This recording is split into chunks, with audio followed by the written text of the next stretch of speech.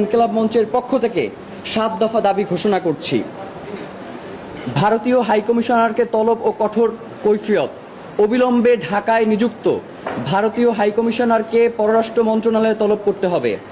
ভারতে রাষ্ট্রীয় মদদে মুসলিম নিধন, মসজিদ ভাঙচুর এবং শুভেন্দু অধিকারীর মতো উগ্র ব্যক্তিদের উস্কানিমূলক ও সাম্প্রদায়িক বক্তব্যের কড়া প্রতিবাদ জানাতে হবে এবং এর আনুষ্ঠানিক কৈফিয়ত আদায় করতে হবে। ভারতকে দক্ষিণ এশিয়ার স্থিতিশীলতার জন্য হুমকি হিসেবে চিহ্নিত করে জাতিসংঘ এবং ওআইসিতে জরুরি আলোচনার প্রস্তাব পাঠাতে হবে। ভারতের অভ্যন্তরে মুসলিম জেনোসাইড রুখতে সেখানে আন্তর্জাতিক পর্যবেক্ষক দল পাঠানোর জন্য সরকারকে কূটনৈতিক তৎপরতা বাড়াতে হবে।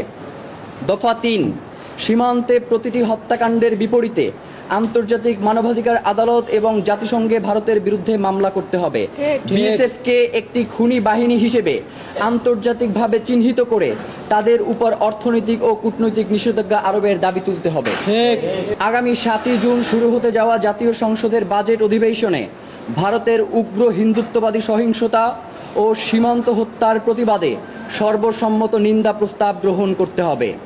এছাড়া গত 1 দশকে সীমান্তে নিহতদের তালিকা ও ভারতে ক্ষতিগ্রস্ত ধর্মীয় স্থাপনার পরিসংখ্যান নিয়ে একটি রাষ্ট্রীয় শ্বেতপত্র প্রকাশ করতে হবে। ভারত যতক্ষণ পর্যন্ত সীমান্তে হত্যা শূন্যে না আনবে এবং মুসলিমদের জানমালের নিরাপত্তা নিশ্চিত না করবে, ততক্ষণ পর্যন্ত আদানি চুক্তি সহ ভারতকে দেওয়া সকল একতরফা সুবিধা, রেল ট্রানজিট করিডোর ও বন্দর ব্যবহার স্থগিত করতে হবে। আমরা বাংলাদেশের অন্তর্বর্তীকালীন সরকারের একজন উপদেষ্টার বরাতে আমরা জানতে পেরেছি, আসিফ নজরুল, তার মাধ্যমে যে বাংলাদেশে অবৈধভাবে 26 লাখ ভারতীয় কর্মরত রয়েছেন। বাংলাদেশে থাকা অবৈধ 26 লাখ ভারতীয় নাগরিককে বহিষ্কার করতে হবে। ঠিক। এবং সর্বশেষ বাংলাদেশ থেকে উগ্র হিন্দুত্ববাদী সংগঠন সমূহের কর্মকাণ্ড নিষিদ্ধ করতে হবে। আমরা ইনকিলাব মঞ্চের পক্ষ থেকে আপনাদেরকে বিনীতভাবে জানাতে চাই, এই 7 দফা দাবি অতি দ্রুত বাস্তবায়ন করতে হবে।